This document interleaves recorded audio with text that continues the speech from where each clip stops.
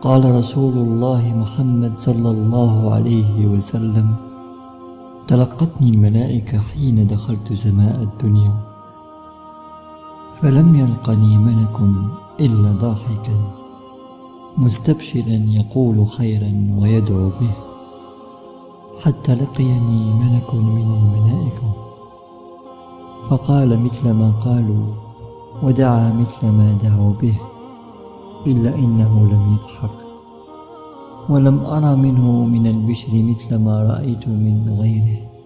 فقلت لجبريل: يا جبريل، من هذا الملك الذي قال لي كما قالت الملائكة ولم يضحك إلي، ولم أرى منه من البشر مثل الذي رأيت منه؟